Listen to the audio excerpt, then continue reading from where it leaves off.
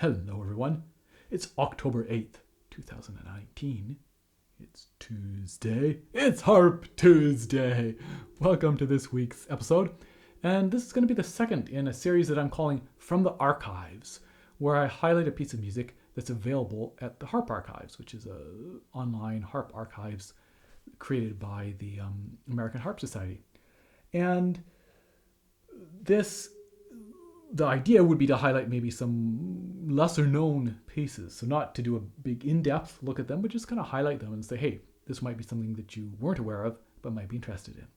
So in this case, like the first episode, this isn't necessarily an obscure piece. It's in fact a very, very well-known piece, but I wasn't aware that this transcription existed until quite recently. So this is Mozart's Sonata No. 11.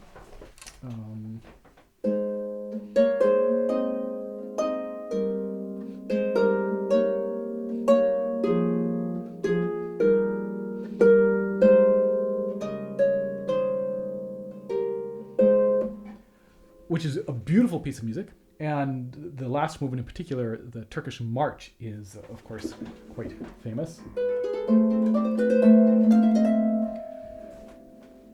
And I did an episode a number of years ago on just that theme from the first movement, doing a transcription myself, very simplified, very slimmed down, just single notes in each hand, is a beautiful piece of music that could be played by someone quite new to the harp. And on my sort of to-do list, or my list of possible pieces to look at in terms of transcribing them, was this sonata. And I looked at it a little bit and thought, it gets pretty chromatic as we get into it. So it's a theme and variations. The theme, of course, is quite playable, but then some of the variations looked a little bit potentially tricky. So again, it was on my to-do list. I happened to be searching on the Harp Archives for Mozart, I think, trying to track down which versions of the Mozart Flute and Harp Concerto they had. And I came across this transcription by this harpist called Alfred Kastner, who I never heard of before. Apparently he was Austrian born and ended up also performing. He was a harpist at the Philadelphia Orchestra. So 1870 to 1948. Looks like maybe he spent the latter part of his career in the States, and wasn't aware of him at all. He composed, as it turns out, so one of these rabbit holes to kind of go down, and he did a transcription of this Mozart sonata, and it looks to be pretty good. So I thought I'd just highlight it. I've been working on it a little bit, but again, this won't be sort of an in-depth look, just kind of a highlight. So this opening, the theme.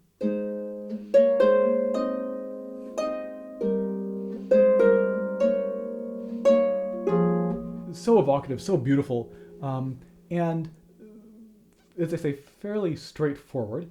So you may find that you like some of the fingering. So for example, I'm not necessarily doing 3 to start with, I'm doing 2 coming off, and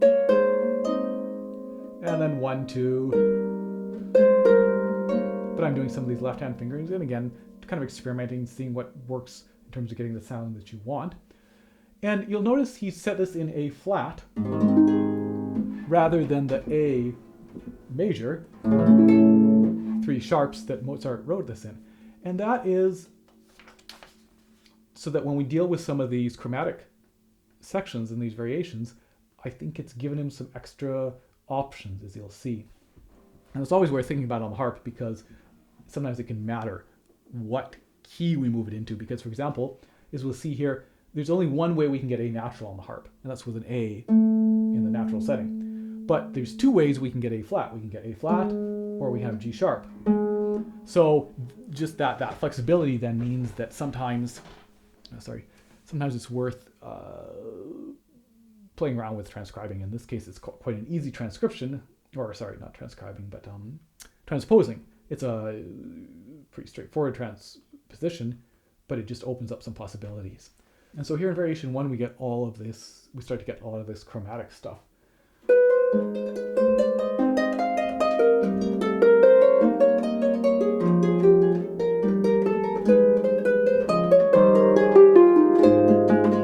So here, you can see right away one of the advantages, as I mentioned, of just transposing this to A flat instead of an A natural is instead of having to go repeating that A, we can go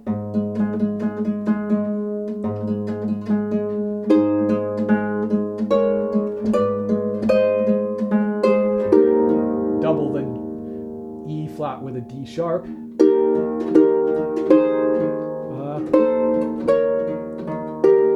Then we have to just, with the F, we could use an E sharp there, but he's chosen not to, and it's a double pedal change from flat to sharp, and it's quite short, so I don't know, I've been agreeing with that. Same as not trying to double those ones, or these ones, because here we need that D flat right there. So some cool stuff, right, that he's done to make it work. Now, if you check the link below and seen his version, you can see that he's got some pedal changes marked, but not all. And that always bugs me a little bit. It's one thing if there aren't any pedal changes, because then you know that there are no pedal changes and you're going to have to maybe write your own in. But to me, what's worst is there's some pedal changes, and then you get to kind of the worst moment or the hardest part in terms of pedal changes, and suddenly there aren't any. And I know some of the Renier is a little bit guilty of that at times, and so in this case, when we get to the second half of this,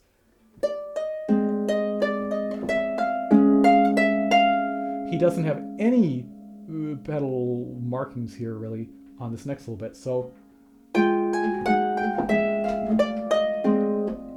if you actually, I've written some pedal markings in, and if you sign up for my email newsletter, should be a link up here, I think, and right here, and also in the description below, I'll send you a copy of my markings. And again, this is early days for me, and I might change my mind, but I don't have markings for all the variations and nothing for the latter movements. But anyway, at least you can get what I have and what you're seeing on screen here. So what I'm suggesting here, for example, is to do the box around a pedal marking means to do it with the left foot. So left foot reaches around, grabs that E. So what do we got? We got E natural. We're going, change the E up with the left foot and the F down with the right foot. And then back again. Zip that left foot over to grab the D.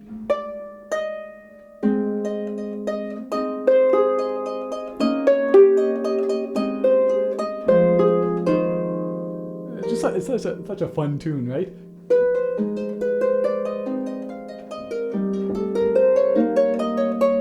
And you can see some of my fingering, that I'm going to go 3, 4, 3, 2, 1, rather than the 2, 4, 3, 2, 1 that he's got marked.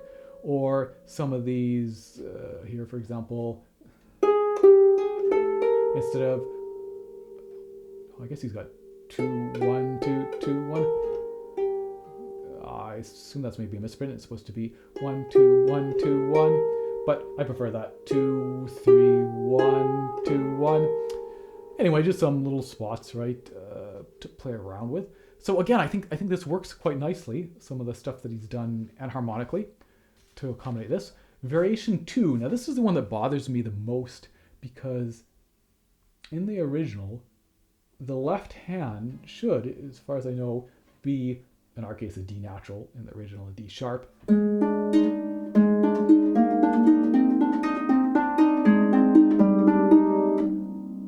And yet, in order to accommodate the right hand, because here we're going D flat,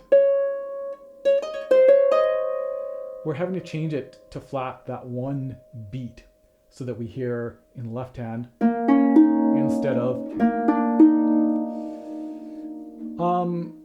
obviously the only way we can get D natural would be to keep that D in natural, right? That's the only way we can get that sound. We could get a D flat by using a C sharp.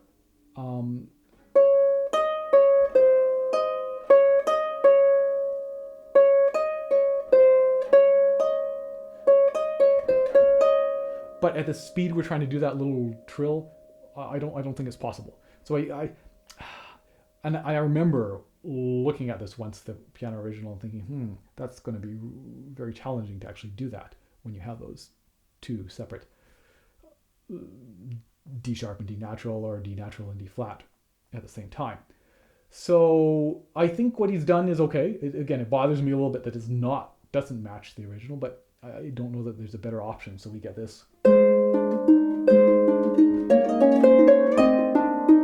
That's a spot to really remember to trying to lay the change. So right here, we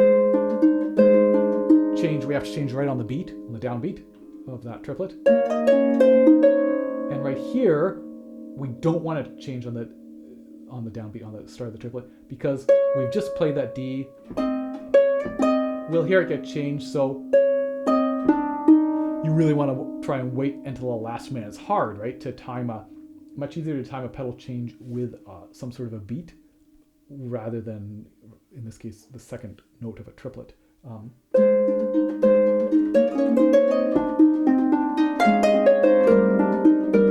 So again, we're changing back to D flat, back to D natural.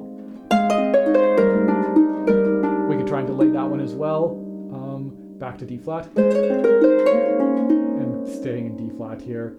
In this case, yeah, I think because we've just played this, at least that's how I've been doing it, we're going to play it again here.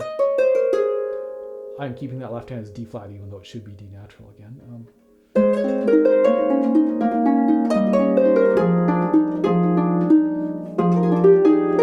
Back to D flat. I prefer not to slide. I'm doing actually 1, 4, and then 2.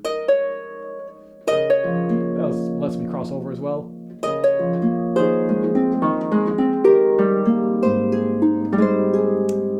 Love the little crunch of those grace notes.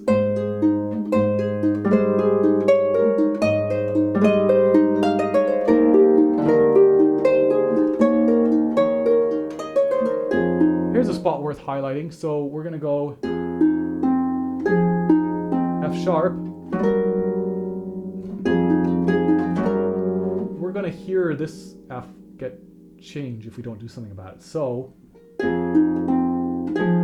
can see my marking there, right? A little muffle target symbol specifically just to that F. So we'll do open octave, replace,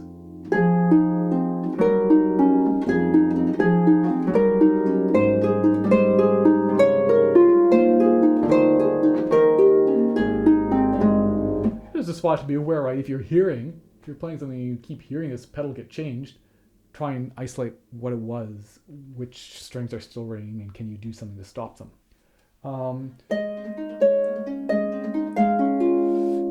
Again, this is very new. I haven't been working on this very long. I'm not sure if I'm going to keep the sort of staccato coming away on each of those, or whether I'll end up wanting to connect them. I'm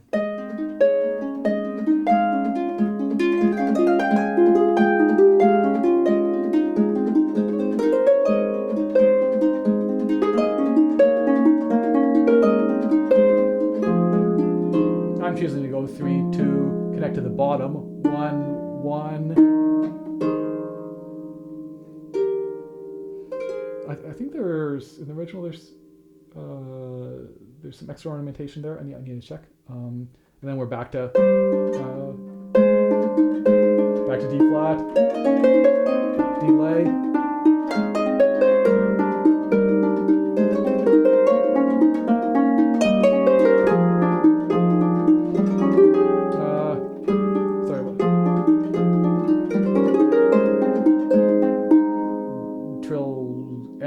This time. I'm taking the top of this chord is marked. It looks as if that E comes in the left hand. I'm just doing a root position in the right hand. I think that's easier.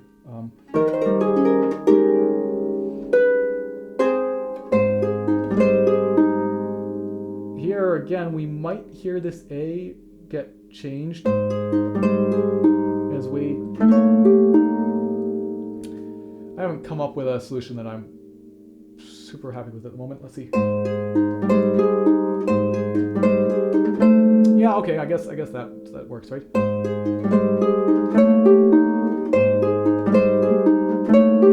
You just have to reach down quickly and stop it.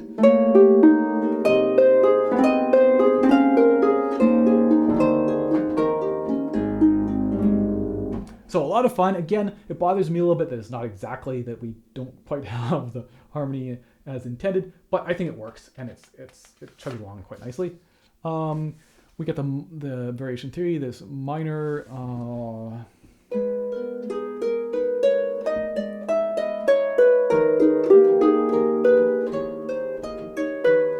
This is still quite rough. You'll notice I had to put in a bunch of pedal markings on that one, whereas in number 2, I'm actually just kind of sight reading the pedals. It doesn't require a lot of pre-planning. Variation 4, let's see, anything else in variation 3 worth highlighting? Oh, he's got these ascending thirds as, I think that's the right, no, it's C flat, right?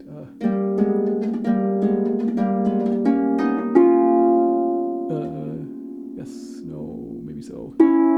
Yeah. I've been preferring to do, place everything, of course, 4-2, replace 2. I think that's right. I think that's what I've been doing, right? So trying to do the first 3 connected, this 2 back, off. It's not super fast, so I think whatever we do should be okay. Variation 4. Oh, I love this one. This.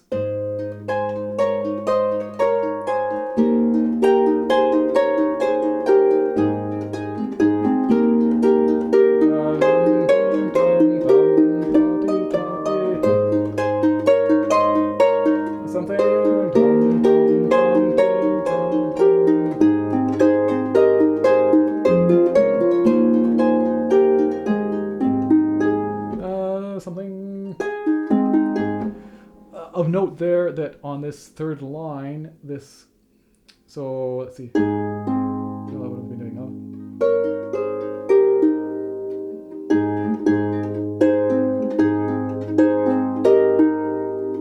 4 on the bottom. I keep 4 on the bottom in the right hand, even though of course this would normally be 3 on the bottom, because we're going to do 4 on the bottom here, and we did 4 here, so same as here, I'll keep 4.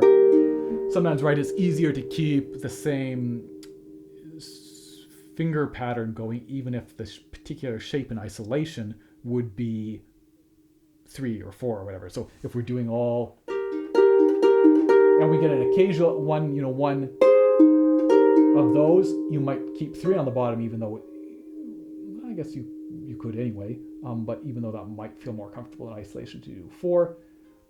Or if you're doing all and you go down, I think it's generally easier to keep that same finger rather than to switch mid-sequence. Now, of course, if you're going,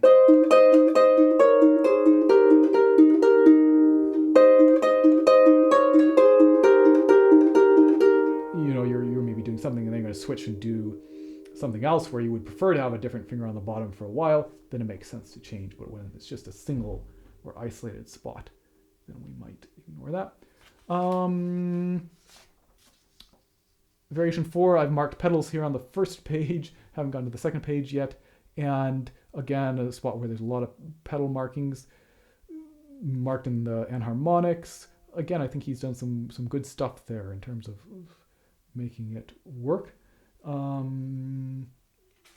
won't try to play for you. It's still quite rough, same as the last variation. And again, I've marked in just a few of the early pedal changes. So, but it all looks quite doable. It all looks quite playable. Haven't really looked at the rest of the variations. I'm actually in the midst of working on Alla Turca Jazz, which is a jazz arrangement or a jazzed up version by the Turkish pianist Fazıl Say of the Turkish March.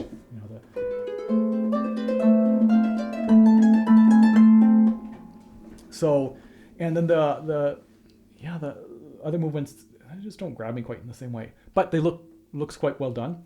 So yeah, so check that out if you're interested. Check out Alfred Kastner, see what else he's arranged, and also maybe you could check out his original compositions. So I hope you've enjoyed this look into the archives. And if you have a somewhat obscure piece that you think would make a good feature from the archives, let me know. And in the meantime, I will see you in a couple weeks. Cheers.